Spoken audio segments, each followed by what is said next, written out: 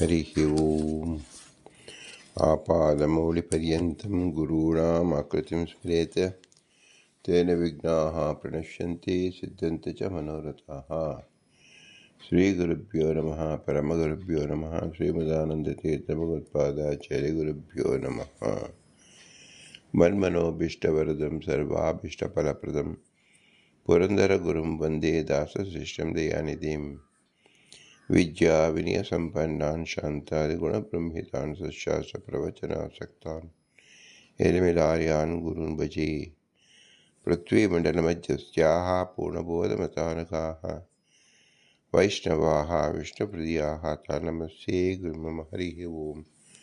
ಶ್ರೀಶಾ ಪಾಹಿ ಅನಂತಕೋಟಿ ಬ್ರಹ್ಮಾಂಡ ನಾಯಕ ಎಂಬುದು ಶ್ರೀ ಪುರಂದರದಾಸ ರಚಿಸಿದ ಭವ್ಯ ಗ್ರಂಥ. ಶಾಸ್ತ್ರ ಪ್ರಮೇಯಗಳು 180 ಗದ್ಯಮಾಲೆಗಳು. ನಾವು 82ರಿಂದ 92ನೇ ಗದ್ಯವನ್ನು ನೋಡುತ್ತಿದ್ದೆವು. ಅಕ್ರೂರ ವರದ, ಅಂಬರೀಷ ವರದ, ನಾರದ ವರದ, ಪ್ರಹ್ಲಾದ ವರದ, ಗಜೇಂದ್ರ ವರದ, ಮುಚುಕುಂದ ವರದ, ಧ್ರುವ ವರದ, ವಿಭೀಷಣ ವರದ, ಪುಂಡರೀಕ ವರದ ಮತ್ತು ಪರಾಶರ ವರದ ಎಂಬುದೇ 10 ಜನ ವರದರು. 10 ಎಂಬುದು ಅನಂತ ಸಂಖ್ಯೆ ಮತ್ತು ವರದರು ಅಂದರೆ ಶ್ರೇಷ್ಠ ಜೀವರು, ಸಾತ್ವಿಕರು ಎಂದರ್ಥ. ಜೀವಗಣ ಅನಂತರಿದ್ದಾರೆ. ಎಲ್ಲ ಜೀವರು ಸಹ ಹರೇರನುಚರಾಹ ಎಂಬುದನ್ನು ತಿಳಿಯಬೇಕು.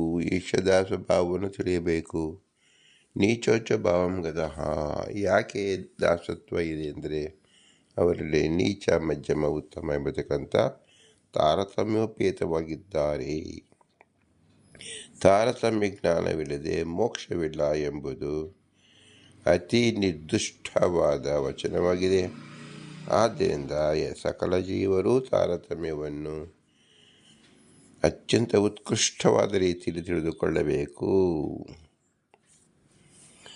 ಪ್ರಸ್ತುತ ಜೀವರಲ್ಲಿರ್ತಕ್ಕಂಥ ತ್ರೈವಿಧ್ಯ, ಸಾತ್ವಿಕರು, ರಾಜಸರು, ತಾಮಸರು, ಇವರ ಗುಣಚರ್ಯೆ, ಅವರ ಜೀವನಚರ್ಯೆ ಹೇಗಿರುತ್ತೆ ಎಂಬುದನ್ನು ವೇದವ್ಯಾಸ ದೇವರೇ ಭಗವದ್ಗೀತೆಯಲ್ಲಿ 12ನೇ ಅಧ್ಯಾಯದಲ್ಲಿ ಕೃಷ್ಣನ ಮೂಲಕ ಅರ್ಜುನನ ನೆಪ ಮಾಡಿಕೊಂಡು ಇಡೀ ವಿಶ್ವ ಸಮುದಾಯಕ್ಕೆ ಬೋಧಿಸಿದ್ದಾರೆ.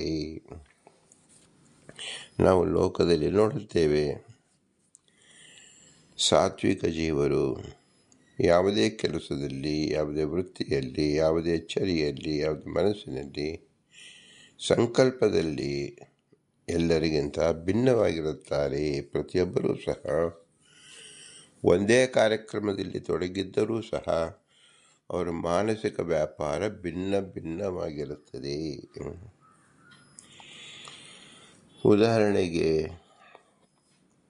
ಒಂದು ಬಸ್ಸಿನಲ್ಲಿ ಪ್ರಯಾಣ, ಒಂದು ರೈಲಿನಲ್ಲಿ ಪ್ರಯಾಣ, ಒಂದು ವಿಮಾನದಲ್ಲಿ ಪ್ರಯಾಣ, ಹೀಗೆ ನಾವು ತೆಗೆದುಕೊಂಡಾಗ ಒಂದು ಕಡೆ ಬಸ್ಸಿನಲ್ಲಿ ಒಂದು 50 ಜನ ಇರುತ್ತಾರೆ, ರೈಲಿನಲ್ಲಿ ಒಂದು 500 ಜನ ಇರುತ್ತಾರೆ, ವಿಮಾನದಲ್ಲಿ ಒಂದು 2000 ಜನ ಇರುತ್ತಾರೆ ಎಂದು ತಿಳಿದುಕೊಂಡಾಗ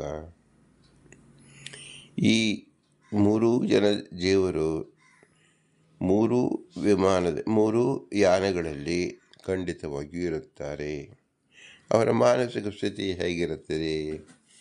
ಎಲ್ಲರೂ ಮೊಟ್ಟ ಮೊದಲಿಗೆ ತಾವು ಹೋಗಬೇಕು ಎಂಬ ನಿರ್ಧಾರವನ್ನು ಮಾಡಿಕೊಂಡಿರುತ್ತಾರೆ. ಈ ನಿರ್ಧಾರ ಎಂಬತಕ್ಕಂಥದ್ದು 3 ಜೀವರಲ್ಲಿ ಸಮರಾದರೂ ಸಹ ಯಾತಕ್ಕಾಗಿ ಹೋಗಬೇಕು ಎಂಬ ಸಂಕಲ್ಪದಲ್ಲಿ ವ್ಯತ್ಯಾಸವಿರುತ್ತದೆ.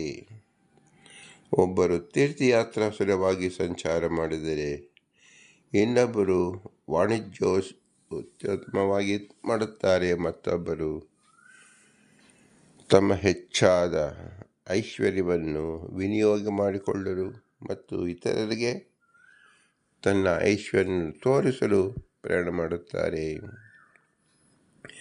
ಇದನ್ನು ನಾವು ಪ್ರತಿದಿನದಲ್ಲೂ ಪ್ರತಿ ಜೀವರಲ್ಲೂ ನಾವು ಕಾಣಬಹುದಾಗಿದೆ. ವಾಹನದಲ್ಲಿ ಹತ್ತಿ ಕುಳಿತಾಗ ತಮಗೆ ನಿರ್ದಿಷ್ಟವಾದ ಆಸನವೇ ಬೇಕು, ನಿರ್ದಿಷ್ಟವಾದ ಸಂಖ್ಯೆಯಲ್ಲೇ ಬೇಕು, ನಿರ್ದಿಷ್ಟವಾದ ಸ್ಥಳದಲ್ಲೇ ಬೇಕು ಎಂಬುದನ್ನು ಅತ್ಯಂತ ಆಗ್ರಹಪೂರ್ವಕವಾಗಿ ತಮ್ಮ ಐಶ್ವರ್ಯ ಮದದಿಂದ ಕೆಲವರ ಆಯ್ಕೆಯಾಗಿರುತ್ತದೆ. ಕೆಲವರದು ಬೇರೆಯವರಿಗೆ ಸಹಾಯ ಮಾಡಲು ಸಹಾಯಕರಾಗಿ ಪ್ರಯಾಣ ಮಾಡುತ್ತಾರೆ. ಮತ್ತು ಕೆಲವರು ಅತ್ಯಂತ ಕಷ್ಟದಿಂದ ನಿಂತೇ ಪ್ರಯಾಣ ಮಾಡುತ್ತಾರೆ. ಬಸ್ಸಿನಲ್ಲಾದರೂ ನಿಂತ ಪ್ರಯಾಣ, ರೈಲಿನಲ್ಲಾದರೂ ನಿಂತ ಪ್ರಯಾಣ, ವಿಮಾನದಲ್ಲಿ ಆದರೂ ಸೇವಕ ವೃತ್ತಿಯಲ್ಲಿ ಅಂದರೆ ಓಡಾಡುತ್ತಾ ತಾವು ಪ್ರಯಾಣ ಮಾಡುತ್ತಾರೆ. ಒಬ್ಬರದು ತಮ್ಮದು ಉದ್ಯೋಗ, ಆದ್ದರಿಂದಲೂ ಅವರು ಓಡಾಡುತ್ತಿರಬೇಕು. ಮತ್ತೊಬ್ಬರು ತಮ್ಮ ಹೆಚ್ಚಾದ ಐಶ್ವರ್ಯವನ್ನು ತೋರಿಸುವುದಕ್ಕೋಸ್ಕರ ಪ್ರಯಾಣ. ಇನ್ನೊಬ್ಬರದು ನಿಶ್ಚಿತವಾದ ಯಾತ್ರಾ ಅಥವಾ ನಿಶ್ಚಿತವಾದ ಜಾಗದಲ್ಲಿ ತಾವು ಹೋಗಿ ಜ್ಞಾನ ಪ್ರಚಾರಕ್ಕೋಸ್ಕರವಾಗಿ ಸಂಚಾರ ಮಾಡುವುದು. ಹೀಗೆ ನಾವು ತೆಗೆದುಕೊಂಡಿರುತ್ತೇವೆ. ಶ್ರೀಕೃಷ್ಣ ಪರಮಾತ್ಮನು ಸಾತ್ವಿಕ, ರಾಜಸ, ತಾಮಸ ಮನೋವೃತ್ತಿಯನ್ನು ತಿಳಿಸ್ತಾ ಇದ್ದಾನೆ 12ನೇ ಅಧ್ಯಾಯದ 4ರಿಂದ 6ನೇ ಶ್ಲೋಕದಲ್ಲಿ. ನಾವು ಮುಖ್ಯವಾಗಿ ತಿಳಿಯಬೇಕಾದದ್ದು ಆಹಾರಸ್ತ್ವಾಪಿ ಸರ್ವಸ್ಯ ತ್ರಿವಿಧೋ ಭವತಿ ಪ್ರಿಯಃ ಯಜ್ಞಸ್ತಥಾ ದಾನಂ ತೇಷಾಂ ಭೇದಂ ಇಮಂ ಶೃಣು. ಅವರು ಸ್ವೀಕಾರ ಮಾಡತಕ್ಕಂಥ ಆಹಾರದಲ್ಲಿ 3 ವಿಧವಾಗಿ ಇರುತ್ತದೆ. ಅವರು ಮಾಡತಕ್ಕಂಥ ಯಜ್ಞದಲ್ಲಿ, ಅವರು ಮಾಡತಕ್ಕಂಥ ತಪದಲ್ಲಿ, ಅವರು ಮಾಡತಕ್ಕಂಥ ದಾನದಲ್ಲಿ. ಯಜ್ಞ, ತಪ ಮತ್ತು ದಾನ. ಯಜ್ಞ ಅಂದರೆ ಏನು, ತಪ ಅಂದರೆ ಏನು, ದಾನ ಅಂದರೆ ಏನು ಎಂಬುದನ್ನು ವಿಶೇಷಾಕಾರವಾಗಿ ನಾವು ತಿಳಿದುಕೊಂಡಿದ್ದೇವೆ. ಇಂದು ಸಾತ್ವಿಕರಲ್ಲಿರತಕ್ಕಂಥ ಆಹಾರ, ಯಜ್ಞ, ತಪ ಮತ್ತು ದಾನ, ಇದನ್ನು ನಾವು ವಿಶೇಷಾಕಾರವಾಗಿ ತಿಳಿಯಬೇಕಾಗಿದೆ. ಸತ್ವಾನುರೂಪೋ ಜೀವಾನುರೂಪ ಅಥೋ ಯೇ ಸಾತ್ವಿಕಾ ಶ್ರದ್ಧಾ ತೇ ಸಾತ್ವಿಕಾ ಇತಿ ಜ್ಞೇಯಃ. ಸತ್ವಾನುರೂಪ ಜೀವಾನುರೂಪ. ಎಲ್ಲ ಕಡೆಗೆ ಒಳ್ಳೆಯದನ್ನು ಬಯಸುವ ಜೀವರು ಸಾತ್ವಿಕ ಜೀವರು.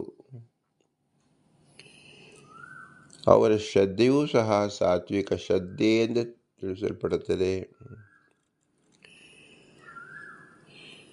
ಅನ್ಯ ಶ್ರದ್ಧಾಮಯ ಶ್ರದ್ಧಾಸ್ವರೂಪ ಶ್ರದ್ಧಾಸ್ವರೂಪಂ ಜೀವಸ್ಯ ತಸ್ಮಾತ್ ಶ್ರದ್ಧಾ ವಿಭೇದತಃ. ಎಲ್ಲರ ಶ್ರದ್ಧೆಯೂ ಸಹ ಭಿನ್ನವಾಗಿಯೇ ಇರುತ್ತದೆ. ಸಾತ್ವಿಕರದು ಸಾತ್ವಿಕ ಶ್ರದ್ಧೆ, ಮಧ್ಯಮರದು ಮಧ್ಯಮ ಶ್ರದ್ಧೆ ಮತ್ತು ತಾಮಸರದು ನೀಚ ಶ್ರದ್ಧೆ. ಈ ರೀತಿಯಲ್ಲೇ ನಾವು ತಿಳಿಯಬೇಕು. ಉತ್ತಮ ಅಧಮ ಮಧ್ಯಸ್ಸು ಜೀವಾಗ್ನೇಯ ಪೃಥಕ್ ಪೃಥಕ್. ಸ್ವರೂಪಭೂತ ಶ್ರದ್ಧೈವ ತಮೋಗೌನಂ ತಮೋಕ್ಷಿಣಂ ಶಿಷ್ಯತೆ ಸಂಸ್ಕೃತಿ ಸ್ಥಾನಂ ಶ್ರದ್ಧಾರೂಪಂ ಮನೋಪರಂ ತತ್ರ ಸ್ವರೂಪ ಶ್ರದ್ಧೈವ ವ್ಯಂಜ್ಯಂತೆ ಪ್ರಾಯಶಃ ಕ್ವಚಿತ್. ಎಲ್ಲರ ಈ ಸ್ವರೂಪಭೂತವಾದ ಶ್ರದ್ಧೆಯೇ ನಮಗೆ ಹೊರಗೆ ಕಾಣುವುದು. ಈಗ ಒಬ್ಬರ ಅನಿಸಿಕೆ ಮತ್ತೊಬ್ಬರ ಅನಿಸಿಕೆಗೆ ಯಾತಕ್ಕೆ ಬದಲಾವಣೆಯಾಗುತ್ತದೆ ಅಂದರೆ, ಸಕಲ ಜೀವರು ಭಿನ್ನರಾಗಿದ್ದಾರೆ. ಭಿನ್ನಶ್ಚ ಭಿನ್ನ ಧರ್ಮಶ್ಚ ಅಖಿಲೈರಪಿ. ಸಮಸ್ತ ಜೀವರು ಅನಂತ ಕೋಟಿ. ನಾವು ಯಾವ ಜೀವನನ್ನು ನೋಡಿದರೂ ಯಾವ ಒಬ್ಬ ಜೀವನು ಮತ್ತೊಬ್ಬ ಜೀವನಂತೆ ಯೋಚನೆ ಮಾಡುವುದಿಲ್ಲ, ಕಾರ್ಯವನ್ನು ಮಾಡುವುದಿಲ್ಲ. ಅವನ ಮಾತಿನಲ್ಲೂ ಅವನ ವಿಭಿನ್ನವಾಗಿಯೇ ಇರುತ್ತದೆ. ಇದನ್ನು ಮೇಲ್ನೋಟಕ್ಕೆ ಯಾರು ತಿಳಿಯಲು ಸಾಧ್ಯವಿಲ್ಲ. ಆದ್ದರಿಂದ ವೇದವ್ಯಾಸ ದೇವರೇ ಭಗವದ್ಗೀತೆಯಲ್ಲಿ ಮಹಾಭಾರತದಲ್ಲಿ ರಚಿಸಿ, ಮಹಾಭಾರತ ಎಂಬುದು ಸಕಲ ಜೀವರ ದಿನಚರಿ, ಸಾತ್ವಿಕರು ಹೇಗಿರುತ್ತಾರೆ, ರಾಜಸರು ಹೇಗಿರುತ್ತಾರೆ, ತಾಮಸರು ಹೇಗೆ ಜೀವನ ನಡೆಸುತ್ತಾರೆ ಎಂಬುದನ್ನು ಸೂರ್ಯವಂಶ, ಚಂದ್ರವಂಶ, ಯಾದವ ವಂಶ ಇತ್ಯಾದಿಯಾಗಿ ಮನ್ವಂತರ ಕಾಲದಲ್ಲಿ ಸಕಲವನ್ನು ಸುವಿಸ್ತಾರವಾಗಿ ಲೇಖನ ರೂಪದಲ್ಲಿ ಶ್ರೀ ವೇದವ್ಯಾಸ ದೇವರು ನಮಗಾಗಿ ರಚಿಸಿದ್ದಾರೆ, ಅನುಗ್ರಹಿಸಿದ್ದಾರೆ. ಅಲ್ಲಿ ಬರತಕ್ಕಂಥ ವ್ಯಕ್ತಿ ಪಾತ್ರಗಳು ಸಹ ಸಾತ್ವಿಕ, ರಾಜಸ, ತಾಮಸರ ಹೆಸರುಗಳನ್ನು ಸೂಚಿಸುತ್ತೆ, ಅವರ ಸ್ವಭಾವವನ್ನು ಸೂಚಿಸುತ್ತೆ. ಅದನ್ನು ತಾತ್ಪರ್ಯ ರೂಪದಲ್ಲಿ, ಭಾಷ್ಯ ರೂಪದಲ್ಲಿ ಶ್ರೀಮದಾನಂದ ತೀರ್ಥರು ತಾವೇ ಅದರಲ್ಲಿ ಪಾಲ್ಗೊಂಡಿದ್ದು ಸಾತ್ವಿಕ ಕ್ರಮ ಹೇಗಿರುತ್ತದೆ ಎಂಬುದನ್ನು ಅನುಭವಿಸುತ್ತಾ ತಾತ್ಪರ್ಯವನ್ನು ಬರೆದಿರುತ್ತಾರೆ. ಅವರ ವಾಕ್ಯ ಎಂಬತಕ್ಕಂಥದ್ದು ಕೇವಲ ಅನುಸಂಧಾನವಿಲ್ಲದ ಮಾತುಗಳಲ್ಲವೇ ಅಲ್ಲ, ವೇದವ್ಯಾಸರ ವಾಕ್ಯಗಳೇ ಶ್ರೀಮದಾನಂದ ತೀರ್ಥ ವಾಕ್ಯಗಳಾಗಿರುತ್ತದೆ. ವೇದವ್ಯಾಸ ದೇವರು ಅನುಗ್ರಹ ರೂಪದಲ್ಲಿ ಹೇಳಿದರೆ, ಶ್ರೀಮದಾನಂದ ತೀರ್ಥರು ಅನುಭವ ರೂಪದಲ್ಲಿ ಹೇಳಿರುತ್ತಾರೆ. ಇದನ್ನು ನಾವು ಸೂಕ್ಷ್ಮವಾಗಿ ಗಮನಿಸಬೇಕು. ಶಿಷ್ಯತೆ ಸಂಸ್ಕೃತಿ ಸ್ಥಾನಂ ಶ್ರದ್ಧಾರೂಪಂ ಮನೋಪರಂ ತತ್ರ ಸ್ವರೂಪ ಶ್ರದ್ಧೈವ ವ್ಯಂಜ್ಯತೆ ಪ್ರಾಯಶಃ ಕ್ವಚಿತ್. ಶ್ರದ್ಧಾ ಸ್ವರೂಪರು ಅವರು ಅವರವರ ಶ್ರದ್ಧಾಭೇದ ಅನುಗುಣವಾಗಿ ಉತ್ತಮರು, ಮಧ್ಯಮರು ಮತ್ತು ಅಧಮರು ಆಗಿರುವರು. ಮುಕ್ತಿಯನ್ನು ಹೊಂದಿದ ಸಾತ್ವಿಕರಿಗೂ ತಮಸ್ಸನ್ನು ಹೊಂದಿದ ತಾಮಸರಿಗೂ ಅವರವರ ಸ್ವರೂಪಭೂತವಾದ ಶ್ರದ್ಧೆಯು ವ್ಯಕ್ತವಾಗುತ್ತದೆ. ಇದನ್ನು ನಾವು ಹೇಗೆ ತಿಳಿದುಕೊಳ್ಳುವುದು ಅಂದರೆ, ಹೀಗೆ ಪ್ರಯಾಣ ಮಾಡುವುದರಲ್ಲಿ ಕೆಲವರಿಗೆ ಅಂಜಿಕೆ, ಕೆಲವರಿಗೆ ಭಯ, ಕೆಲವರಿಗೆ ವಿಪರೀತವಾದ ನಡುಗುವಿಕೆ ಇರುತ್ತದೆ. ಪ್ರಯಾಣ ಕಾಲದಲ್ಲಿ ಅಸ್ಥಿತ ಮನೋಭಾವದಿಂದ ತಾವು ಇನ್ನು ಯಾವ ಕ್ಷಣದಲ್ಲಿ ಅಪಘಾತವಾಗುತ್ತದೋ ಎಂಬ ಭಯದಲ್ಲೇ ಪ್ರಯಾಣ ಮಾಡುತ್ತಾರೆ. ಈ ಭಯ ಬಿದ್ದರೂ ಸಹ ಹಣವೇ ಪ್ರಮುಖವಾಗಿ, ಹಣ ಸಿಗುತ್ತಲ್ಲ ಅಂತ ಹೇಳಿ ತಮ್ಮ ಪ್ರಾಣವನ್ನೇ ಒತ್ತೆಗಿಟ್ಟು ಸೇವೆ ಸಲ್ಲಿಸುತ್ತಾರೆ. ಉದಾಹರಣೆಗೆ, ಬಸ್ಸನ್ನು ಓಡಿಸುವ ಚಾಲಕನಿರಬಹುದು, ಅಥವಾ ರೈಲು ಬಂಡಿಯನ್ನು ಓಡಿಸ್ತಕ್ಕಂಥ ಚಾಲಕನಿರಬಹುದು, ಅಥವಾ ವಿಮಾನವನ್ನು ಓಡಿಸ್ತಕ್ಕಂಥ ಚಾಲಕನಿರಬಹುದು. ಅವರ ಮನೋವೃತ್ತಿ ಹೇಗಿರುತ್ತದೆ? ಯಾಕೆ ಬಸ್ಸನ್ನು ರೋಡಿನಲ್ಲಿ ಓಡಿಸುವನು? ಅವನ ಮನೋವೃತ್ತಿ ಭಯ ಎಷ್ಟಿರುತ್ತದೆ? ಅವನ ಕರ್ತವ್ಯ ಹೇಗಿರುತ್ತದೆ? ಅವನಿಗೆ ಸಂಪಾದನೆ ಬಗ್ಗೆ ಏನಿರುತ್ತದೆ? ರೈಲಿನಲ್ಲಿ, ವಿಮಾನದಲ್ಲಿ ಆ ಚಾಲಕರ ಮನೋವೃತ್ತಿ ಹೇಗಿರುತ್ತದೆ ಅಂತ ನಾವು ಸೂಕ್ಷ್ಮವಾಗಿ ಚಿಂತಿಸುತ್ತಾರೆ. ಚಾಲಕ ವೃತ್ತಿಯಲ್ಲಿದ್ದಾಗ ಮೈಯೆಲ್ಲ ಕಣ್ಣಾಗಿ ಮೊಟ್ಟ ಮೊದಲಿಗೆ ತನ್ನನ್ನು ತಾನು ರಕ್ಷಿಸಿಕೊಳ್ಳಬೇಕು ಎಂಬ ಉದ್ದೇಶದಿಂದ ಚಾಲನೆ ಮಾಡುತ್ತಾರೆ. ಮತ್ತು ತನ್ನನ್ನು ನಂಬಿದ ಅಥವಾ ತಾನು ಯಾವ ಒಂದು ಕಾರ್ಯವನ್ನು ಒಪ್ಪಿಕೊಂಡು ನಡೆಸಿದ ಕಾರ್ಯಕ್ರಮದಲ್ಲಿ, ಕೆಲಸದಲ್ಲಿ ನಿರ್ವಹಣೆ ಮಾಡತಕ್ಕಂಥ ಅತಿ ಉನ್ನತವಾದ ಕಾರ್ಯಕ್ರಮದ ಭಾರ ಅವರ ಮೇಲೆ ಇರುತ್ತದೆ. ಅವರನ್ನು ನಂಬಿ 50 ಜನರು, 500 ಜನರು, 2000 ಜನರು ಪ್ರಯಾಣ ಮಾಡುತ್ತಿರುತ್ತಾರೆ. ಆದ್ದರಿಂದ ಆ ಚಾಲಕನಿಗೆ 2000 ಜನರ ಪ್ರಾಣದ ಅಸ್ತಿತ್ವ, ಅಂದರೆ ಇರುವಿಕೆ ಹೋಗುವಿಕೆಯನ್ನು ಕಾಪಾಡಿಕೊಳ್ಳುವಿಕೆ ಎಂಬ ಅತ್ಯಂತ ಹೆಚ್ಚಿನ ಕಾರ್ಯಭಾರ ವಹಿಸಿಕೊಂಡಿರುವುದರಿಂದ ಹೆಚ್ಚಾದ ಸಂಪತ್ತನ್ನು ಗಳಿಸುತ್ತಾನೆ. ವಿಮಾನದಲ್ಲಿ ಅದರಂತೆ, ರೈಲಿನಲ್ಲಿ ಅದರಂತೆ, ಬಸ್ಸಿನಲ್ಲಿ ನಾವು ಕೊಂಡುಕೊಳ್ಳಬಹುದು. ಈ 3 ವಾಹನಗಳಲ್ಲಿ ನಾವು ಪ್ರಯಾಣ ಚಾಲಕ ಅವನ ಮನೋಸ್ಥಿತಿ ಹೇಗಿರುತ್ತದೆ ಅಂದರೆ, ಯಾವ ಕಾಲದಲ್ಲಿಯೂ ಅವನು ನಿದ್ದೆ ಮಾಡುವಂತೆಯೇ ಇರಲಿಲ್ಲ. ಅವನಿಗೆ ನಿದ್ದೆ ಬರುವುದೇ ಇಲ್ಲ. ಜಾಗೃತನಾಗಿರಬೇಕಾಗುತ್ತದೆ. ಈ ಜಾಗೃತತ್ವ ಎಂಬುದು ಯಾವುದು ಅಂದರೆ, ಸದಾ ಜಾಗೃತವಾಗಿರ್ತಕ್ಕಂಥ ಸ್ವರೂಪಭೂತವಾದ ಸಾಕ್ಷಿ. ಅಂದರೆ ಸಾತ್ವಿಕ ಜೀವರಾಗಲಿ, ರಾಜಸ್ಯ ಜೀವರಾಗಲಿ, ತಾಮಸ ಜೀವರಾಗಲಿ, ಜೀವರು ನಿತ್ಯ. ಜೀವರು ಸದಾ ಜಾಗೃತರಾಗಿರಲೇಬೇಕು. ಆ ಜಾಗೃತತ್ವಕ್ಕೆ ನಿದರ್ಶನ ಯಾವುದು? ಯಾರು ಚಾಲಕ ವೃತ್ತಿಯಲ್ಲಿರುತ್ತಾರೋ ಅವರ ಅನುಭವಕ್ಕೆ ಬಂದಿರುತ್ತದೆ. ಇದನ್ನು ಸೂಕ್ಷ್ಮವಾಗಿ ಶ್ರೀಮದಾನಂದ ತೀರ್ಥರು ತತ್ರ ಸ್ವರೂಪ ಶ್ರದ್ಧೇವ ವ್ಯಂಜ್ಯತೆ ಪ್ರಾಯಶಃ ಕ್ವಚಿತ್. ತಮ್ಮ ಸ್ವರೂಪ ಅಂದರೆ ಅನಾದಿನಿತ್ಯವಾದದ್ದು, ಚಿದಾನಂದ ರೂಪಕವಾದದ್ದು ಮತ್ತು ನಿತ್ಯವಾದದ್ದು, ಪ್ರಕಾಶಮಯವಾದದ್ದು, ಸದಾ ಜಾಗೃತವಾದದ್ದು. ಮೋಕ್ಷಾವಸ್ಥೆಯಲ್ಲಿ ಆಗಲಿ, ತಮಸ್ಸಿನಲ್ಲಾಗಲಿ, ಸಾಂತಾನಿಕ ಲೋಕದಲ್ಲಾಗಲಿ ಅವರಿಗೆ ನಿದ್ರೆ ಎಂಬುದು ಇರುವುದಿಲ್ಲ. ಪ್ರಾಕೃತ ಸಂಬಂಧವಾದ ಸತ್ವಗುಣ, ರಜೋಗುಣ, ತಮೋಗುಣದಲ್ಲಿ ಮಾತ್ರ ಅವರಿಗೆ ನಿದ್ರೆ. ದಿನಚರಿಯಲ್ಲಿ ದಿನಕ್ಕೆ 12 ಗಂಟೆ ಕತ್ತಲು ಬೆಳಕು, ಇದರಂತೆ ಅವರು ಉದಾಸೀನ ಪ್ರವೃತ್ತಿಯಲ್ಲಿರಬಹುದು, ದೀರ್ಘ ನಿದ್ರೆಯಲ್ಲಿರಬಹುದು, ಚಟುವಟಿಕೆಯಲ್ಲಿ ಇರಬಹುದು. ಇದು ಸಂಸಾರ ಅವಸ್ಥೆಯಲ್ಲಿ ಮಾತ್ರ.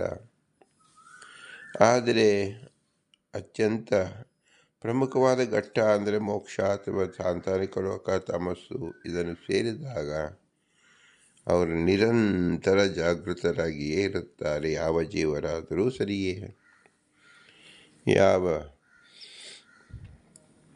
ಪ್ರಾಕೃತವಾದ ಲಿಂಗ ದೇಹದಿಂದ ಭಂಗವಾದ ಕೂಡಲೇ ಆ ಸ್ವರೂಪ ಎಂಬುದು ನಿತ್ಯ ಜಾಗೃತವಾಗಿರುತ್ತದೆ. ನಿತ್ಯ ಜಾಗೃತವಾಗಿದ್ದು ಸಾತ್ವಿಕ ಜೀವ ಸದಾ ಸ್ವರೂಪಾನಂದವನ್ನು ಅನುಭವಿಸುತ್ತದೆ. ತಾಮಸರು ತಮ್ಮ ಸ್ವರೂಪ ದುಃಖವನ್ನೇ ಅನುಭವಿಸುತ್ತಾರೆ ಮತ್ತು ರಾಜಸರು ಮಿಶ್ರವನ್ನೇ ಅನುಭವಿಸುತ್ತಾರೆ. ಇದು ಕಟು ಸತ್ಯ. ಇದನ್ನು ಶ್ರೀಮದಾನಂದ ತೀರ್ಥರು ನಮ್ಮ ದೈನಂದಿಕ ವ್ಯವಹಾರದಲ್ಲಿಯೂ ಸಹ ವ್ಯಂಜ್ಯತೆ ಪ್ರಾಯಶಃ ಕ್ವಚಿತ್, ನಮ್ಮ ಸ್ವರೂಪದ ಸ್ಥಿತಿ ಹೇಗಿರುತ್ತೆ ಎಂಬುದನ್ನು ಆ ತತ್ಕಾಲದಲ್ಲಿ ಅದು ವ್ಯಂಜಕವಾಗುತ್ತದೆ, ಹುಟ್ಟಿಕೊಳ್ಳುತ್ತದೆ, ಕಾಣಿಸಿಕೊಳ್ಳುತ್ತದೆ. ಅಂದರೆ ಅತ್ಯಂತ ಭಯದಲ್ಲಿ ಇರತಕ್ಕಂಥ ವಾತಾವರಣವನ್ನು ಅಪಘಾತ ಮಾಡುವಾಗ ಅಥವಾ ತಾನು ಕೈಮೀರಿ ಯಾವ ವಾಹನ ಚಾಲನೆ ಮಾಡುವಾಗ ಯಾವುದೇ ಒಂದು ಅನಾಹುತ ಸಂದರ್ಭಕ್ಕೆ ಧುಮುಕಿದಾಗ ಆ ಜೀವನಕ್ಕೆ ಅದು ವೇಜ್ಯವಾಗುತ್ತದೆ. ಅದೇ ಸ್ವರೂಪ ವೇಜ್ಯತೆ ಎಂಬುದು. ತತ್ಪರಿಣಾಮವಾಗಿ ಏನಾಗುತ್ತದೆ? 2,000 ಜನರು ಒಂದೇ ಕ್ಷಣದಲ್ಲಿ ಸುಟ್ಟು ಭಸ್ಮೀಭೂತರಾಗುತ್ತಾರೆ. ರೈಲು ಬಂಡಿ ಆದರೆ 500 ಜನರು ಸಾಯುತ್ತಾರೆ. ಬಸ್ಸಿನಲ್ಲಾದರೆ 50 ಜನರು ಸಾಯುತ್ತಾರೆ. ಇದು ಒಬ್ಬನ ಸ್ವರೂಪ ವ್ಯಂಜನ. ಅಂದರೆ ಸಾತ್ವಿಕನಾದವನು ರಕ್ಷಣೆಯನ್ನು ಒದಗಿಸುತ್ತಾನೆ. ತಾಮಸನಾದವನು ತಾನು ಅಧೋಗತಿಗೆ ಹಿಡಿದು ತನ್ನ ನಂಬಿದ ಇತರರನ್ನು ಅಧೋಗತಿಗೆ ಕರೆದುಕೊಂಡು ಹೋಗುತ್ತಾನೆ. ಹಾಗಾದರೆ ನಮಗೊಂದು ಪ್ರಶ್ನೆ ಬರಬಹುದು, ಇಲ್ಲಿ ಪ್ರಯಾಣಿಸುತ್ತಿರುವವರೆಲ್ಲರೂ ತಮೋಜೀವರೇ ಆಗಿದ್ದರೇನು? ಅಂದರೆ ಯಾರು ಸಾತ್ವಿಕ ಪ್ರವೃತ್ತಿಯಲ್ಲಿದ್ದರೂ ಸಹ ರಾಜಸ ಮತ್ತು ತಾಮಸದಿಂದ ಯುಕ್ತರಾಗಿಯೇ ಇರುತ್ತಾರೆ ಸಂಸಾರಾವಸ್ಥೆಯಲ್ಲಿ. ಆದ್ದರಿಂದಲೇ ಶ್ರೀಮದಾನಂದ ತೀರ್ಥರು ತಿಳಿಸಿದಂಥ ಶಬ್ದ, ಯಾವುದು ಹೆಚ್ಚಾಗಿ ಕಾಣಿಸಿಕೊಳ್ಳುತ್ತದೋ ಅದು ಆ ಗುಣ ಅಂತ ಹೇಳಬೇಕು. ಸಾತ್ವಿಕರಲ್ಲಿ ಸತ್ವಗುಣ ಹೆಚ್ಚಾಗಿದ್ದು ತಮೋಗುಣ ರಜೋಗುಣದ ಕಡಿಮೆ ಇದ್ದಾಗ ಸಾತ್ವಿಕರೆಂದು ಗುರುತಿಸಬೇಕು. ರಜೋಗುಣವೇ ಪ್ರಮುಖವಾಗಿದ್ದು ಸಾತ್ವಿಕ ಗುಣ ತಮೋಗುಣ ಅಲ್ಪವಾಗಿದ್ದಾಗ ರಾಜಸರೆಂದು ಗುರುತಿಸಬೇಕು. ತಮೋಗುಣವೇ ಅಧಿಕವಾಗಿದ್ದು ಸತ್ವಗುಣ ಮತ್ತು ರಜೋಗುಣ ಕಡಿಮೆ ಇದ್ದಾಗ ಅವರನ್ನು ತಾಮಸರೆಂದು ವಿಭಜಿಸಬೇಕು ಸಂಸಾರಾವಸ್ಥೆಯಲ್ಲಿ. ಇಲ್ಲಿ ಸ್ವರೂಪ ವ್ಯಂಜ್ಯತೆ ಹೇಗಾಗುತ್ತದೆ ಅಂದರೆ, ಈ ತಮೋ ಗುಣ ಎಂಬತಕ್ಕಂಥದ್ದು ಮೂರು ವ್ಯಕ್ತಿಯಲ್ಲಿರ್ತಕ್ಕಂಥದ್ದು ತಮಸ್ಸು, ಅದು ಅಂತ್ಯದಲ್ಲಿ ಘೋರವಾದ ದುಃಖವನ್ನೇ ಕೊಡತಕ್ಕಂಥದ್ದು ಅದರ ಪ್ರವೃತ್ತಿ. ಇದರ ಸಹವಾಸದಲ್ಲಿದ್ದ ಸಾತ್ವಿಕ ಜನರು ರಾಜಸ ಜನರು ಅಪಘಾತದಲ್ಲಿ ಮೃತಪಡುತ್ತಾರೆ, ದುಃಖ ಪಡುತ್ತಾರೆ. ಇದು ಸಂಪರ್ಕದಿಂದ ಆಗತಕ್ಕಂಥ ಕಾರ್ಯಕ್ರಮಗಳು ದೈವ ಸಂಕಲ್ಪದಿಂದ ನಡೆಯುತ್ತದೆ ಅಂತ ತಿಳಿಯಬೇಕು. ಇದುವರೆಗೂ ಸಹ ಯಾವ ಮನುಷ್ಯನು ಯಾವ ಅಪಘಾತವನ್ನು, ಯಾವ ಅಪಘಾತದ ಲಕ್ಷಣವನ್ನು ಸಹ ಕಲ್ಪನೆ ಮಾಡಿಕೊಳ್ಳುವುದಕ್ಕೂ ವಾಗುವಂತಿಲ್ಲ.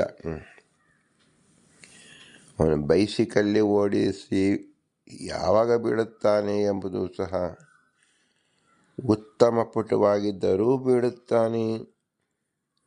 ಆಗ ತಾನೇ ಕಲಿಯುತ್ತಿರುವವನು ಸಹ ಸ್ಥಿರವಾಗಿ ಓಡಿಸಬಹುದು. ಹೀಗೆ ಅಪಘಾತದಿಂದ ಮರಣ ಎಂಬುದು ಅವರ ಪ್ರಾರಬ್ಧದಲ್ಲಿದ್ದಾಗ ಆಯಾ ಜೀವರೇ ಅಲ್ಲಲ್ಲಿ ಭಗವಂತ ಸಂಘಟಿತ ಮಾಡಿ ಅಪಘಾತವನ್ನು ಭಗವಂತನೇ ಮಾಡಿಸುತ್ತಾನೆ, ದೇವತೆಗಳಿಂದ ಮಾಡಿಸುತ್ತಾರೆ. ಇದು ಯಾರಿಗೂ ತಿಳಿಯುವುದೇ ಇಲ್ಲ.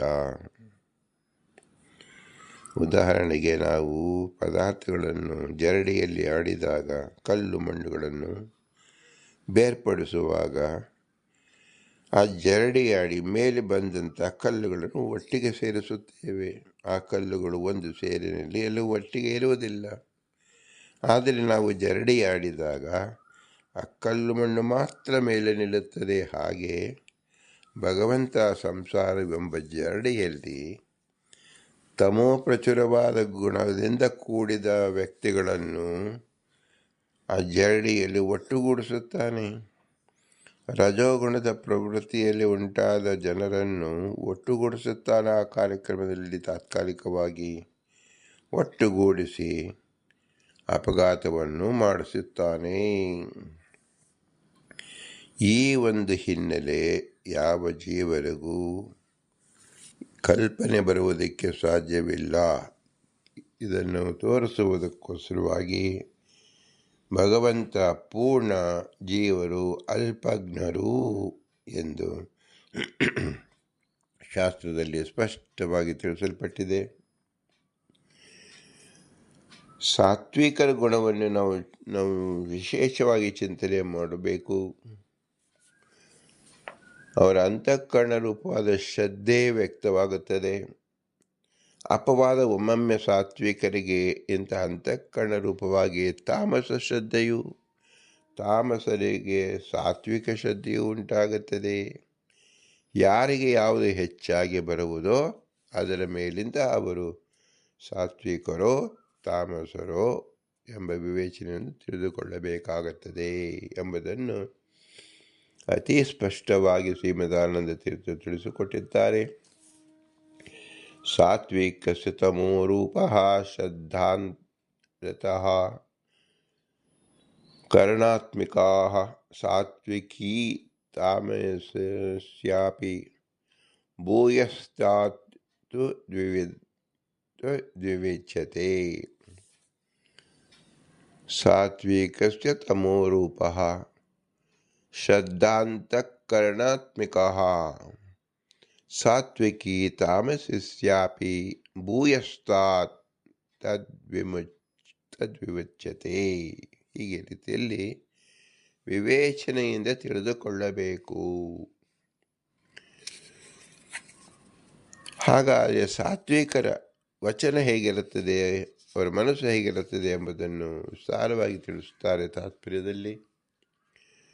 ಶುದ್ಧ ಇಚ್ಛಾಸ್ತಿಕ್ಯನಿಷ್ಠ ಉಕ್ತೋ ಸಾ ಯೇಷಾಂ ದೇವತೋತ್ತಮೇ ವಿಷ್ಣು ತದ್ಭಕ್ತಿಬುದ್ಧೈವ ರಮಾ ಬ್ರಹ್ಮಾದಿಕೇಶು ಚ ತೇ ಸಾತ್ವಿಕಾ ಇತಿ ಜ್ಞೇಯಃ ತೈಃ ಇಷ್ಟಂ ವಿಷ್ಣುರೇವತಾ ಶ್ರೀಶ್ಚ ಸಾಜ್ಯಶ್ಚ ವಿಜ್ಞಾಕ್ಯ ಬ್ರಹ್ಮ ಇಂದ್ರಾಜ್ಯಶ್ಚ ದೇವತಾಃ ವಿಬುಧಾತ್ವತ್ವಮನ್ವಾಕ್ಯಾಃ ಭುಂಜತೆ ಪ್ರೀತಿಪೂರ್ವಕಂ ವ್ಯಾಮಿಶ್ರಾಜಿನೋ ಯೇತು ವಿಷ್ಣುರೇಕ್ಯೆ ಸ ಸಂಶಯಃ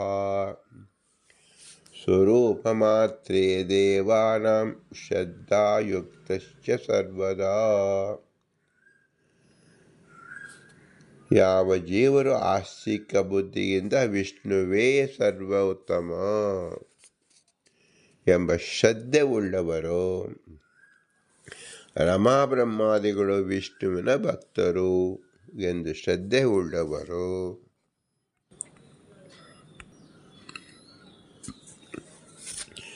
ರಮಾ ಬ್ರಹ್ಮಾದಿಗಳು ವಿಷ್ಣುವಿನ ಭಕ್ತರು ಎಂದು ಶ್ರದ್ಧೆ ಉಳ್ಳವರಾಗಿರುವರು, ಅವರು ಸಾತ್ವಿಕರು.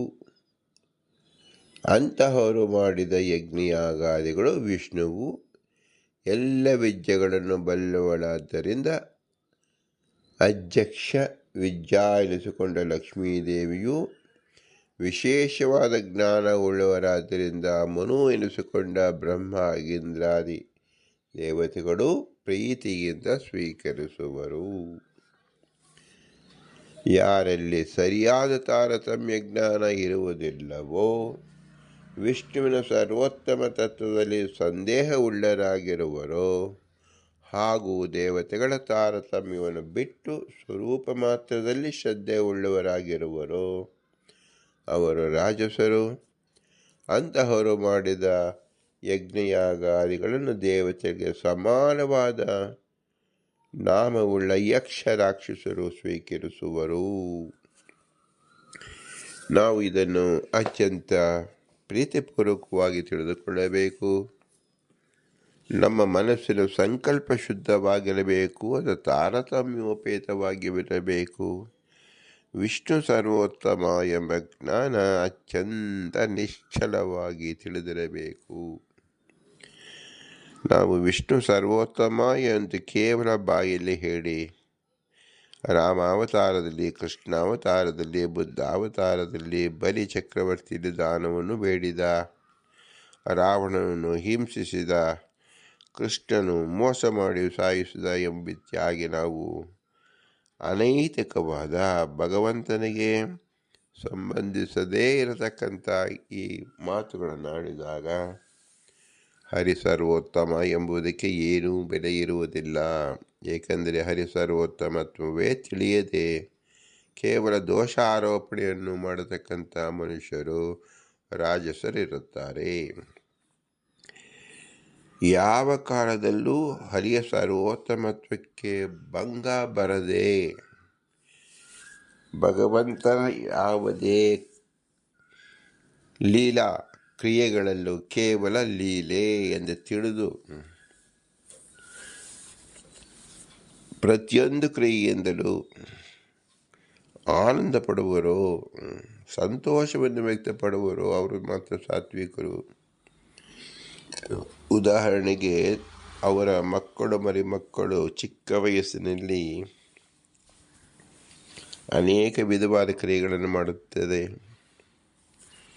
ಹಸಿ ಮಣ್ಣಿನಲ್ಲಿ ಆಟವಾಡಿ ಆ ಮಣ್ಣನ್ನು ಎರಚಿಕೊಳ್ಳುತ್ತದೆ, ಬೇರೆಯವರ ವಸ್ತುಕ್ಕೂ ಹಾಕುತ್ತದೆ, ಬೇರೆಯವರ ಮುಖಕ್ಕೂ ಬಡಿಯುತ್ತದೆ. ಆದರೂ ಆ ತಂದೆ ತಾಯಿಗಳಾಗಲಿ ತಾತ ಮುತ್ತಾತರಾಗಲಿ ಅತ್ಯಂತ ಪ್ರೀತಿಪೂರ್ವಕವಾಗಿ ಆ ಮಗುವನ್ನು ತಬ್ಬಿಕೊಳ್ಳುತ್ತಾರೆ. ಅವರ ಕ್ರಿಯೆ ಹೇಗಿದೆ? ಮಣ್ಣನ್ನು ಎಸೆಯುತ್ತಿರುವುದು, ಬಟ್ಟೆಯನ್ನು ಕೊಳೆ ಮಾಡುತ್ತಿರುವುದು. ನಮ್ಮ ಕಣ್ಣಿಗೆ ಮಣ್ಣು ಬಿದ್ದರೆ ದೋಷವನ್ನು ಉಂಟು ಮಾಡತಕ್ಕಂಥ ಜ್ಞಾನ ಇದ್ದರೂ ಸಹ ಅವರು ಆ ಕ್ರಿಯೆಯಲ್ಲಿ ಅವರ ಮನಸ್ಸು ತೊಡಗಿಸುವುದಿಲ್ಲ. ಆ ಮಗುವಿನ ಮುಗ್ಧತೆ ಎಂದು ಮನಸ್ಸನ್ನಿಟ್ಟಿರುತ್ತಾರೆ. ಇದು ಲೌಕಿಕ ಉದಾಹರಣೆಗೆ ಮಾತ್ರ. ಆದರೆ ಮುಗ್ಧತೆ ಎಂಬುದು ಅಜ್ಞಾನಾವಸ್ಥೆಗೆ ಮಗು. ಆದರೆ ಸಂಪೂರ್ಣ ಜ್ಞಾನಾವಸ್ಥೆಯಲ್ಲಿರ್ತಕ್ಕಂಥ ಭಗವಂತ ಕೃಷ್ಣನೇ ಮಗುವಿನ ರೂಪದಲ್ಲಿ ಬಂದು ತನ್ನ ಬಾಯಲ್ಲಿ ಮಣ್ಣನ್ನು ತಿಂದಿದ್ದು, ಇನ್ನೊಬ್ಬರ ಮೇಲೆ ಮಣ್ಣನ್ನು ಎಸೆದಿದ್ದು, ತಾನೇ ಸಮುದ್ರದಲ್ಲಿ ಹಾರಿದ್ದು, ಶೇಷನನ್ನು ಮೇಲೆ ಕುಳಿತುಕೊಂಡಿದ್ದು, ಸರ್ಪವನ್ನು ಅಟ್ಟಿಸಿ ಹೊಡೆದಿದ್ದು, ಅನೇಕ ದೈತ್ಯರನ್ನು ಸದೆಬಡಿದಿದ್ದು, ಇದೆಲ್ಲವನ್ನು ಯಾರು ತಿಳಿಯುತ್ತಾರೋ, ಕೃಷ್ಣಾವತಾರದಲ್ಲಿ ಬಾಲ್ಯ ಸ್ವರೂಪದಲ್ಲೇ ಭಗವಂತ ಯಾತಕ್ಕೆ ತೋರಿಸಿಕೊಂಡ ಅಂದರೆ, ನಿಮ್ಮ ಮನೆಯಲ್ಲಿ ಮಕ್ಕಳು ಮರಿಮಕ್ಕಳು ಆ ಮಗುವಿನ ಅವಸ್ಥೆಯಲ್ಲಿದ್ದಾಗ ನೀವು ಹೇಗೆ ಆ ಮಗುವಿನಲ್ಲಿ ಅಕ್ಕರೆಯನ್ನು ತೋರುವಿರೋ, ಅದರಂತೆ ಕೃಷ್ಣ ರೂಪನಾಗಿರತಕ್ಕಂಥ ಭಗವಂತನಲ್ಲಿ ಸದಾ ಅಕ್ಕರೆಯನ್ನು ಮಾತ್ರ ತೋರಬೇಕು. ಅಲ್ಲಿ ದೋಷಾರೋಪಣೆಯನ್ನು ಸುತರಾಂ ಮಾಡಲೇಬಾರದು.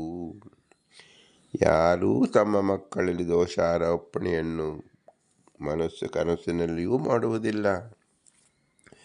ಅವನು ಮಾಡುವ ಎಲ್ಲ ಕ್ರಿಯೆಯೂ ಸಹ ಆನಂದದಾಯಕವಾಗಿರುತ್ತದೆ ಅವರವರ ಮಕ್ಕಳಿಗೆ.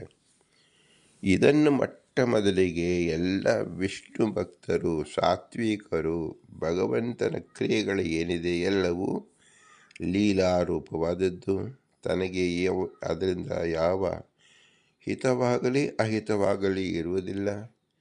ಕೇವಲ ಸಾತ್ವಿಕ ಜನರಿಗೆ ಆನಂದವನ್ನುಂಟು ಮಾಡಲೋಸ್ಕರ ಮಾಡುತ್ತಾನೆ ಎಂಬುದನ್ನು ತಿಳಿತಕ್ಕಂಥವರು ಸಾತ್ವಿಕರು. ಅವರಲ್ಲಿ ದೋಷಾರೋಪಣೆಯನ್ನು ಮಾಡಿಕೊಂಡು ಸಂಶಯ ಪಡುವರು ರಾಜಸರು. ವಿರುದ್ಧ ರೀತಿಯಲ್ಲೇ ಅರ್ಥ ಮಾಡಿಕೊಳ್ಳುವರು ತಾಮಸರು. ಈ ಒಂದು ಗುಣವನ್ನು ವ್ಯಕ್ತಪಡಿಸಲೋಸ್ಕರವಾಗಿಯೇ ಕೃಷ್ಣಾವತಾರ ಬಾಲ್ಯದಲ್ಲಿ ವಿವಿಧ ರೀತಿಯಾದ ಆಟವನ್ನು ಆಡಿ ತೋರಿಸಿದ. ಭಾಗವತದಲ್ಲಿ ಶ್ರೀ ವೇದವ್ಯಾಸದೇವರು ಬಾಲಕ್ರೀಡೆಗಳನ್ನು ವಿಶೇಷವಾಗಿ ಶ್ರೀ ವೇದವ್ಯಾಸದೇವರು ಪರಿಚಯಿಸಿದ್ದಾರೆ. ಆದರೆ ಇದನ್ನು ಯಾವ ಜೀವರು ಸರಿಯಾಗಿ ಅರ್ಥ ಮಾಡಿಕೊಂಡಿದ್ದಾರೆ? ಭಗವಂತನ ಉತ್ಕೃಷ್ಟತೆಯನ್ನು ತಿಳಿದ ಮೇಲೆ ಅಲ್ಲಿ ಅವಗುಣವನ್ನು ಎಣಿಸುವುದಾಗಲಿ ವಿರುದ್ಧವಾಗಿ ನಿಲ್ಲುವುದಾಗಲಿ ಹೇಗೆ ಕೂಡುವುದು? ಸಾಧ್ಯವೇ ಇಲ್ಲ. ಸುತರಾಂ ಅದರ ಬಗ್ಗೆ ಚಿಂತನೆಯೂ ಮಾಡಬಾರದು. ಆದರೂ ಕುಹುಕ ಬುದ್ಧಿಗಳಲ್ಲಿ ರಾಮಾವತಾರದಲ್ಲಿ ಬೇರೆ, ಕೃಷ್ಣಾವತಾರದಲ್ಲಿ ಬೇರೆ, ವಂಚನೆ ಮಾಡಿದ, ಮೋಸ ಮಾಡಿದ, ದ್ವೇಷ ಮಾಡಿದ, ಬೈದಾಡಿದ, ಹೊಡೆದಾಡಿದ ಎಂಬ ರೀತಿಯಲ್ಲಿ ಅಜ್ಞಾನ ವಿಷಯಲ್ಲಿ ಮಾಡಿದ ಕರ್ಮಗಳನ್ನು ಎತ್ತಿ ಎತ್ತಿ ತೋರಿಸುತ್ತಾರೆ. ಭಗವಂತನಿಗೆ ಅಜ್ಞಾನವಾದರೂ ಎಲ್ಲಿಹುದು? ದೇವರ ಸ್ವರೂಪ ಚಿಂತನೆಯನ್ನು ಯಾರು ಮಾಡದ ಜನರು ಈ ರೀತಿಯಲ್ಲಿ ಭ್ರಾಂತಿಗೆ ಒಳಪಡುತ್ತಾರೆ, ದ್ವೇಷಕ್ಕೆ ಒಳಪಡುತ್ತಾರೆ.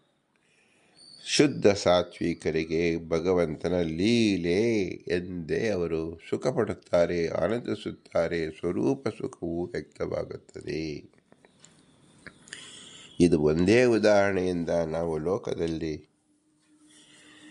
ಯಾರು ಸಾತ್ವಿಕರು, ಯಾರು ರಾಜಸರು, ಯಾರು ತಾಮಸರು ಎಂಬುದನ್ನು ಅತ್ಯಂತ ಸ್ಪಷ್ಟವಾಗಿ ತಿಳಿದುಕೊಳ್ಳಬಹುದು.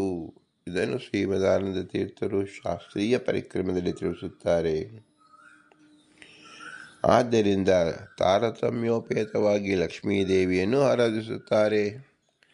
ಬ್ರಹ್ಮದೇವರನ್ನು, ರುದ್ರದೇವರನ್ನು, ಇಂದ್ರದೇವರನ್ನು, ಸಕಲ ದೇವತೆಗಳನ್ನು ಆರಾಧಿಸುತ್ತಾರೆ. ಈ ರೀತಿಯಾದ ದೇವರ ದೇವೋತ್ತಮ ಎಂದು ತಿಳಿದ ವೈಷ್ಣವರ, ಸಾಧುವರ, ಸಾತ್ವಿಕರ ಪೂಜೆಯನ್ನು ಮಾತ್ರ ಭಗವಂತ ಸ್ವೀಕರಿಸುತ್ತಾನೆ. ಸ್ವೀಕರಿಸಿ ಅನುಗ್ರಹಿಸುತ್ತಾನೆ. ರಾಜಸರು ತಾಮಸರು ಮಾಡಿದ ಪೂಜೆ ಎಂದೂ ಸ್ವೀಕರಿಸುವುದಿಲ್ಲ. ಅವೈಷ್ಣವ ಕೃತಂ ಪೂಜಾ ಅಂತ ಹೇಳಲೇಬಾರದು. ಏಕೆಂದರೆ ಪೂಜ್ಯನಾದ ಭಗವಂತನಿಗೆ ಅದು ತಲುಪುವುದೇ ಇಲ್ಲ. ಹೇಗೆ ನಾವು ನೀರು ಒಂದು ಕಡೆ ನಿಲ್ಲಲು ಒಂದು ಸೇತುವೆಯನ್ನು ಕಟ್ಟುತ್ತೇವೆ. ಆ ಸೇತುವೆಯಲ್ಲಿ ಮಧ್ಯದಲ್ಲಿ ರಂಧ್ರಗಳಿದ್ದು ನೀರು ಪೋಲಾಗುತ್ತಿದ್ದರೆ ಯಾವ ಸೇತುವೆಯು ನೀರನ್ನು ಸಂಗ್ರಹಿಸಿಕೊಳ್ಳಲು ಸಾಧ್ಯವಾಗುವುದೇ ಇಲ್ಲ. ಹಾಗೆ ರಾಜಸರು ತಾಮಸರು ಕಟ್ಟುವತಕ್ಕಂಥ ಸೇತುವೆಗಳು ರಂಧ್ರಗಳಿಂದ ಕೂಡಿರುತ್ತದೆ. ರಂಧ್ರ ಅಂದರೆ ಮಾನಸಿಕ ದೋಷಗಳು. ಭಗವಂತನನ್ನು ಅನ್ಯಥಾಕಾರ್ಯವಾಗಿ ತಿಳಿದುಕೊಂಡು ಸಂಸಾರವೆಂಬ ಸೇತುವೆಯನ್ನು ಕಟ್ಟಿದಾಗ ಅಲ್ಲಿ ಭಗವಂತ ಹರಿ ನೀರಿನ ರೂಪದಲ್ಲಿ ನಾರಾಯಣ ನಿಲ್ಲುವುದೇ ಇಲ್ಲ. ಭಕ್ತಿ ಎಂಬ ಕಟ್ಟೆಯನ್ನು ಕಟ್ಟಿದಾಗ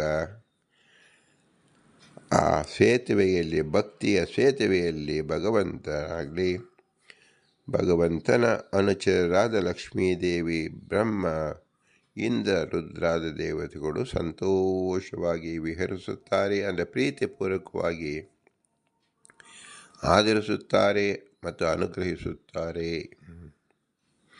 ಹೀಗೆ ನಾವು ಜೀವನದ ಯಾವುದೇ ಒಂದು ಕಾರ್ಯಕ್ರಮದಲ್ಲಿ ಸಾತ್ವಿಕ ದೇವರ ವೃತ್ತಿಯೇ ರಾಜಸ ಮತ್ತು ತಾಮಸ ವೃತ್ತಿಯಿಂದ ಅತ್ಯಂತ ಭಿನ್ನವಾಗಿಯೇ ಇರುತ್ತದೆ. ಭಿನ್ನವಾದ ಸಂಕಲ್ಪ, ಭಿನ್ನವಾದ ಕಾರ್ಯಕ್ರಮ, ಭಿನ್ನವಾದ ಫಲ. ಇದನ್ನು ಜೀವನ ಮೂಲಭೂತವಾಗಿ ಅವರ ಸ್ವರೂಪ ಸತ್ತ, ಪ್ರವೃತ್ತಿ ಸತ್ತ, ಪ್ರಮಿತಿ ಸತ್ಯಕ್ಕೆ ನಾವು ಹೋಲಿಸಿಕೊಂಡಾಗ ಸಾತ್ವಿಕ ಜೀವನ ಸ್ವರೂಪವೂ ಭಗವಂತನ ನಿಷ್ಠೆಯಾಗಿರುತ್ತದೆ, ಭಗವದ್ ಆರಾಧನೆ ನಿಷ್ಠೆಯಾಗಿರುತ್ತದೆ. ಅವರ ಪ್ರತಿಯೊಂದು ಪ್ರವೃತ್ತಿಯು ಭಗವಂತನನ್ನು ತಿಳಿದುಕೊಳ್ಳುವಂತಾಗಿರುತ್ತದೆ. ಪ್ರಮಿತಿಯೂ ಸಹ ಭಗವಂತನಿಗೆ ಇಷ್ಟವಾದ ಪೂಜಾ ರೂಪಕವಾಗಿರುತ್ತದೆ ಎಂಬುದನ್ನು ತಿಳಿಯಬೇಕು. ಕಾಯಿಕ, ಮಾನಸಿಕ, ವಾಚನಿಕ ರೂಪವಾಗಿ ಭಗವದ್ ಆರಾಧನೆ ರೂಪವಾಗಿರುತ್ತದೆ. ಸಾತ್ವಿಕರು ಏನೇ ಕೆಲಸ ಮಾಡಿದರೂ ಸಹ ಅದು ವಿಷ್ಣು ಪೂಜೆಯೇ ಎನಿಸಿಕೊಳ್ಳುತ್ತದೆ. ಯಾವುದೇ ರಂಗದಲ್ಲಿ ಏನೇ ಕೆಲಸ ಮಾಡಿದರೂ ಅವರ ಮನಸ್ಸು ಭಗವಂತನಲ್ಲಿಯೇ ಕೇಂದ್ರೀಕೃತವಾಗಿರುವುದರಿಂದ ವಿಷ್ಣು ಭಗವಂತ ಜಗತ್ತಿನ ಎಲ್ಲ ಕಾರ್ಯಕ್ರಮವನ್ನು ಮಾಡಿಸುವನು ಭಗವಂತನೇ. ಆದ್ದರಿಂದ ಯಾವುದೇ ಕೆಲಸವನ್ನು ಮಾಡಿದರೂ ಅದು ವಿಷ್ಣುವಿನ ಪೂಜೆಯೇ. ಆಯಾ ಜೀವನನ್ನು ಅಲ್ಲಿ ಕ್ಲುಪ್ತಪಡಿಸುವುದರಿಂದ, ಎಲ್ಲ ಕಡೆ ಭಗವಂತನು ವ್ಯಾಪಿಸಿರುವುದರಿಂದ ಶುದ್ಧವಾದ ಸಾತ್ವಿಕರು ಭಗವಂತನನ್ನು ಅಲ್ಲೇ ಕಾಣುತ್ತಾರೆ. ಇದನ್ನು ತೋರಿಸುವುದೇ ನಮ್ಮ ಬಿಂಬರೂಪ. ನಾವು ಯಾವುದೇ ಲೋಕದಲ್ಲಿರಲಿ, ಏನೇ ಕೆಲಸ ಮಾಡುತ್ತಿರಲಿ, ನಮ್ಮ ಬಿಂಬ ನಮ್ಮನ್ನು ಬಿಟ್ಟಾಗಲನು. ಆದ್ದರಿಂದ ಸಕಲ ಕ್ರಿಯೆಯೂ ಬಿಂಬನ ಆರಾಧನೆಯೇ ಆಗುತ್ತದೆ. ಅಂದರೆ ಏನರ್ಥ? ಬಿಂಬನಿಂದ ನಡೆಯುತ್ತಿದೆ ಎಂಬುದು ತಿಳಿದುಕೊಳ್ಳುವುದೇ ಆರಾಧನೆ. ಒಂದು ಹನಿ ನೀರು ಚಲಿಸಿದಾಗಲೂ ಬಿಂಬನಿಂದ ಚಲಿಸಿತು. ಹರಿ ಇದ್ದಾನೆ, ಹರಿಯುತ್ತಿದೆ ಎಂದು ತಿಳಿದಾಗ ಬಿಂಬೋಪಚಾರವೇ ಆಗುತ್ತದೆ. ಒಂದು ಸುವರ್ಣಮಯ ಮಂಟಪವನ್ನು ಕಟ್ಟಿಸಿದಾಗಲೂ ಸುವರ್ಣ ಎಂಬುದು ಶಾಸ್ತ್ರ. ಸುವರ್ಣ ಎಂಬುದು ಅತ್ಯಂತ ಬೆಲೆಯುಳ್ಳ ಪದಾರ್ಥ. ಎರಡೂ ಸಹ ಭಗವಂತನೇ ಎಂಬುದನ್ನು ನಾವು ಮನಸ್ಸಲ್ಲಿ ಸ್ಥಿರವಾಗಿ ತಿಳಿದಾಗ ಅದು ಹರಿಮಂದಿರವಾಗುತ್ತದೆ. ಇಲ್ಲದಿದ್ದರೆ ಹರಿಮಂದಿರ ಎನಿಸಿಕೊಳ್ಳುವುದಿಲ್ಲ.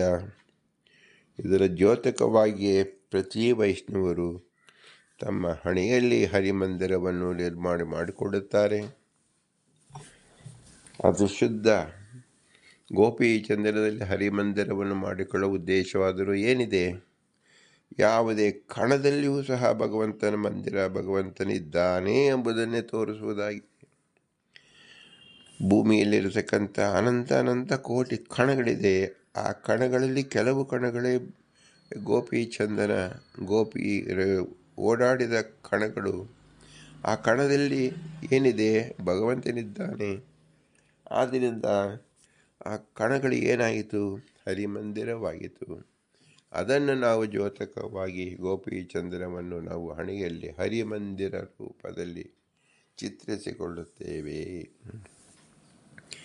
ಹೀಗೆ ಅಣು ರೇಣು ತೃಣ ಕಾಷ್ಟ ಪರಿಪೂರ್ಣ ಗೋವಿಂದ ಎಂಬ ಅನುಸಂಧಾನ ಕೇವಲ ಒಂದು ಅಣುವಿನ ಮಣ್ಣಿನ ಒಂದು ಕಣದಿಂದಲೂ, ಒಂದು ಬಿಂದು, ಒಂದು ತೊಟ್ಟು ನೀರು ಬಿಂದುವಿನಲ್ಲಿಯೂ ಸಹ ವೈಷ್ಣವರು ವಿಷ್ಣುವಿನ ಸರ್ವೋತ್ಕೃಷ್ಟತೆಯನ್ನು, ಸರ್ವೋತ್ತಮತ್ವವನ್ನು ಚಿಂತಿಸಿದಾಗ ಅದು ಸರ್ವದಾ ವಿಷ್ಣು ಪೂಜೆ ಎನಿಸಿಕೊಳ್ಳುತ್ತದೆ.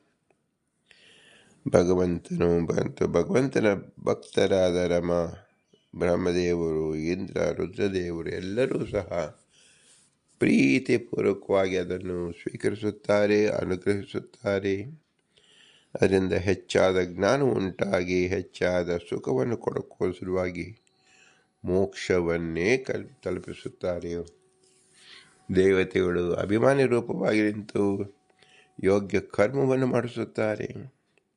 ಯಾರು ಹರಿಮಂದಿರವನ್ನು ಕಟ್ಟಿಕೊಳ್ಳುತ್ತಾರೋ, ಹರಿಮಂದಿರದಲ್ಲಿ ಮಾಡಬೇಕಾದ ಕೆಲಸವೇನು? ಹರಿಪೂಜೆ. ಆದ್ದರಿಂದ ಯಾರು ಹರಿಮಂದಿರವನ್ನು ಸ್ಥಾಪನೆ ಮಾಡಿಕೊಂಡರೋ ತಮ್ಮ ಹಣೆಯದಲ್ಲಿ, ಅವರು ಮಾಡುವ ಪ್ರತಿಯೊಂದು ಕರ್ಮವೂ ಹರಿಪೂಜೆ ಎನಿಸಿಕೊಳ್ಳುತ್ತದೆ. ಮಂದಿರ ನಿರ್ಮಾಣವಾಯಿತು, ಹರಿಪೂಜೆ ಎಂಬ ಕಾಯಕ ಪ್ರಾರಂಭವಾಯಿತು ಎಂದರ್ಥ.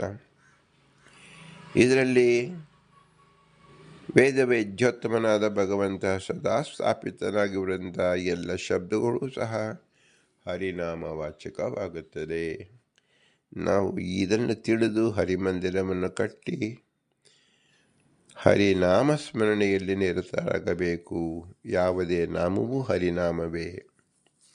ನಾಮ ಇರುವಾಗ ಅದು ರೂಪದಲ್ಲಿರುತ್ತದೆ, ಅದೇ ಮಂದಿರ. ಆ ರೂಪಕ್ಕೆ ಒಂದು ಗುಣವಿರುತ್ತದೆ, ಅದೇ ಸರ್ವೋತ್ತಮತ್ವ. ಹೀಗೆ ಭಗವಂತನ ಪ್ರತಿಯೊಂದು ನಾಮಕ್ಕೂ ಆ ನಾಮಕ್ಕೆ ರೂಪವಿದೆ, ರೂಪದಲ್ಲಿ ಗುಣವಿದೆ. ಇದನ್ನು ಸಂತತವಾಗಿ ಚಿಂತಿಸುವುದೇ ಶುದ್ಧ ಸಾತ್ವಿಕರ ದಿನಚರಿಯಾಗಿರುತ್ತದೆ. ಆದ್ದರಿಂದ ಭಗವಂತ ಅತ್ಯಂತ ಪ್ರೀತಿಪೂರ್ವಕವಾಗಿ ಇದನ್ನು ಆಧರಿಸುತ್ತಾನೆ, ಪ್ರೋತ್ಸಾಹಿಸುತ್ತಾನೆ. ಶುದ್ಧ ಜ್ಞಾನವನ್ನು ಕಲ್ಪಿಸಿ ತನ್ನ ಲೋಕವನ್ನೇ ಕರುಣಿಸುತ್ತಾನೆ ಎಂಬ ಆದೇಶ ಪುರಂದರದಾಸರು ವರದರು ಎಂಬ ಶಬ್ದದಿಂದ ಅಕ್ರೂರ ವರದ, ಅಂಬರೀಷ ವರದ, ನಾರದ ವರದ, ಹೀಗೆ ಎಲ್ಲ ವರದರು ಈ ಒಂದು ಮಾರ್ಗದಲ್ಲಿ ಸಂಚರಿಸಿದರು ಎಂಬ ದಿವ್ಯ ಮಾಹಿತಿಯನ್ನು ಶ್ರೀ ಪುರಂದರದಾಸರು ನಮಗೆ ಒದಗಿಸಿಕೊಟ್ಟಿದ್ದಾರೆ. ಇಂಥ ಶ್ರೇಷ್ಠ ಜ್ಞಾನವನ್ನು ಒದಗಿಸಿದ ಪುರಂದರದಾಸರಿಗೆ ಅನಂತ ನಮಸ್ಕಾರಗಳನ್ನು ಸಲ್ಲಿಸಿ ಅವರಂತರ್ಯಾಮಿ ಪುರಂದರ ವಿಠಲನಿಗೆ ಅಭೂಯಿಷ್ಟ ಅಂತ ನಮ್ಮ ಮುಕ್ತಿವಿದೆಯಮ್ಮ ಎಂದು ಹೇಳಿ, ಇಂಥ ಶ್ರೇಷ್ಠ ಜ್ಞಾನ ಅನುಸಂಧಾನ ಬರುವುದಕ್ಕೆ ಕೇವಲ ಮನುಷ್ಯ ಜನ್ಮದಲ್ಲಿ ಮಾತ್ರ ಸಾಧ್ಯ.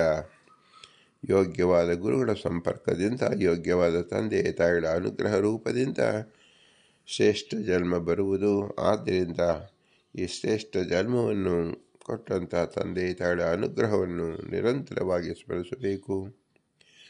ಅಂತಹ ಯೋಗ್ಯ ಗುರುಗಳಿಗೆ ಆಶಯ ಕೊಟ್ಟಂತಹ ಗುರು ಹಿರಿಯರನ್ನು ಸದಾ ಸ್ಮರಿಸಬೇಕು, ಪೂಜಿಸಬೇಕು. ಇವರಲ್ಲಿ ತತ್ವಾಭಿಮಾನಿ ದೇವತೆ ನಿಂತು ಸುದೃಢವಾದ ಹರಿಭಕ್ತಿಯನ್ನು ಪ್ರಚಾರ ಮಾಡಿದ್ದರಿಂದ ಎಲ್ಲ ತತ್ವಾಭಿಮಾನಿ ದೇವತೆಗಳಿಗೆ ನಾವು ಶಿರಸಾ ನಮಸ್ಕರಿಸಬೇಕು. ಅವರಲ್ಲಿ ವಾಯುದೇವರು ವಿಷ್ಣುವಿನ ಆಜ್ಞೆಯಂತೆ ಪ್ರಾಣ ರೂಪದಲ್ಲಿ, ಉಸಿರು ರೂಪದಲ್ಲಿ, ಬಲ ರೂಪದಲ್ಲಿ, ಶಕ್ತಿ ರೂಪದಲ್ಲಿ ನಿಂತು ನಮ್ಮನ್ನು ಮುನ್ನಡೆಸುತ್ತಿರುವರು ವಾಯುದೇವರೇ. ಅಕಲಕ್ಷ್ಮಣರು, ಶುದ್ಧ ಸಾತ್ವಿಕರು, ರುಜುಮಾರ್ಗಸ್ಥರು, ಜೀವೋತ್ತಮರು. ಆದ್ದರಿಂದ ಅವರು ಸದಾ ಎಲ್ಲ ಜೀವರನ್ನು ನಿಂತು ಭಗವಂತನ ಕಡೆಗೆ ಕರೆದುಕೊಂಡು ಹೋಗುತ್ತಿದ್ದಾರೆ, ಭಗವದ್ಜ್ಞಾನವನ್ನು ಕೊಡುತ್ತಿದ್ದಾರೆ, ಭಗವತ್ ಸ್ಮರಣೆಯನ್ನು ಮಾಡಿಸುತ್ತಿದ್ದಾರೆ. ಆದ್ದರಿಂದ ಇವರು ಮೂಲ ಗುರುಗಳು, ಆದಿಗುರುಗಳು, ಮುಖ್ಯ ಗುರುಗಳು ಎನಿಸಿಕೊಳ್ಳುತ್ತಾರೆ ಅಂತ ಮೂಲ ಗುರುಗಳಾದ ಶ್ರೀ ವಾಯುದೇವರಿಗೆ ಅತ್ಯಂತ ಪ್ರೀತಿಪೂರ್ವಕವಾಗಿ ನಮಸ್ಕರಿಸಬೇಕು. ಆದರೂ ಇವರೆಲ್ಲರೂ ಅಸ್ವತಂತ್ರರು. ಸ್ವತಂತ್ರದ ಭಗವಂತ ಲಕ್ಷ್ಮೀನಾರಾಯಣ ಅವರೇ ನಮ್ಮ ಬಿಂಬರೂಪ. ಅವರೇ ಇವರೆಲ್ಲರಲ್ಲೂ ನಿಂತು ಈ ಕೃತಿಯನ್ನು ನಡೆಸಿದವನು. ಆದ್ದರಿಂದ ಬಿಂಬೈವ ಕ್ರಿಯಾವಾನ್ನತು ಪ್ರತಿಬಿಂಬ ಎಂಬ ದಿವ್ಯ ದೃಷ್ಟಿಯಿಂದ ಬಿಂಬನಾದ ಭಗವಂತನೇ ಇಲ್ಲಿ ನಿಂತು ಕೆಲಸ ಮಾಡಿಸಿದ್ದಾನೆ ಎಂಬ ಅನುಸಂಧಾನ ಮಾಡಿಕೊಂಡಾಗ ಬಿಂಬನು ನಮಗೆ ಗೋಚರಿಸುತ್ತಾನೆ. ಆ ಗೋಚರಿಸುವ ಬಿಂಬ ಗೋಚರಿಸುವುದೇ ಆತ್ಮ ಸಾಕ್ಷಾತ್ಕಾರ ಎಂದು ಹೆಸರು. ಆತ್ಮ ಸಾಕ್ಷಾತ್ಕಾರದ ಪ್ರತಿರೂಪವೇ ದೈವ ಸಾಕ್ಷಾತ್ಕಾರ. ಅಂದರೆ ಆ ಜೀವನ ಯೋಗ್ಯತೆಯೂ ತಿಳಿಯುತ್ತದೆ, ಅದೇ ಕಾಲದಲ್ಲಿ ಭಗವಂತನೂ ಕಾಣಿಸಿಕೊಳ್ಳುತ್ತಾನೆ. ಇದನ್ನು ಒಟ್ಟಾಗಿ ನಾವು ಹೇಳ್ತಕ್ಕಂತಹದ್ದು ಸಾಕ್ಷಾತ್ಕಾರ, ಅಪರೋಕ್ಷ ಜ್ಞಾನ ಎಂದು ಹೆಸರು. ಸಾಕ್ಷಿಗೆ ನೇರವಾಗಿ ಕಾಣಿಸಿಕೊಳ್ಳುವ ದಿವ್ಯ ಜ್ಞಾನವಾದದ್ದು ಸಾಕ್ಷಾತ್ಕಾರ. ಇದೇ ನಮ್ಮ ಮುಖ್ಯ ಗುರಿ, ಮೂಲ ಗುರಿ, ಅಂತಿಮ ಗುರಿಯಾಗಿರಬೇಕು. ಆದ್ದರಿಂದ ಈ ನಮ್ಮ ಬಿಂಬನಿಗೆ ನಾವು ಹೇಗೆ ಉಪಕಾರ ಸ್ಮರಿಸುವುದು, ಹೇಗೆ ಪೂಜಿಸುವುದು? ನಿತ್ಯ ಕಾಮಸ್ಯ ಕೋ ಸ್ಪೃಹ. ಅವನಿಗೆ ಯಾವ ಅಪೇಕ್ಷೆಯೂ ಇಲ್ಲ, ಪೂರ್ಣನಾಗಿದ್ದಾನೆ. ಆ ಪೂರ್ಣನಿಗೆ ನಾವು ಏನು ಕೊಡಬೇಕು? ನಾವು ಕೊಡತಕ್ಕಂಥದ್ದು ಏನೂ ಇಲ್ಲ. ಕೇವಲ ಭೂಯಿಷ್ಟಾಂತರಮ ಉಕ್ತಿಮಿದೇಮ, ಭೂಯಿಷ್ಟಾಂತರಮ ಉಕ್ತಿಮಿದೇಮ, ಭೂಯಿಷ್ಟಾಂತರಮ ಉಕ್ತಿಮಿದೇಮ ಅಂದೇಳಿ ವಿನಮ್ರವಾಗಿ ನಮಿಸೋಣ. ಭಾರತೀಯರ ಮುಖ್ಯ ಪ್ರಾಣ ಅಂತ ಶ್ರೀಕೃಷ್ಣ ಅರ್ಪಣಮಸ್ತು. ಹರಿ ಓಂ, ಹರಿ ಓಂ, ಹರಿ ಓಂ.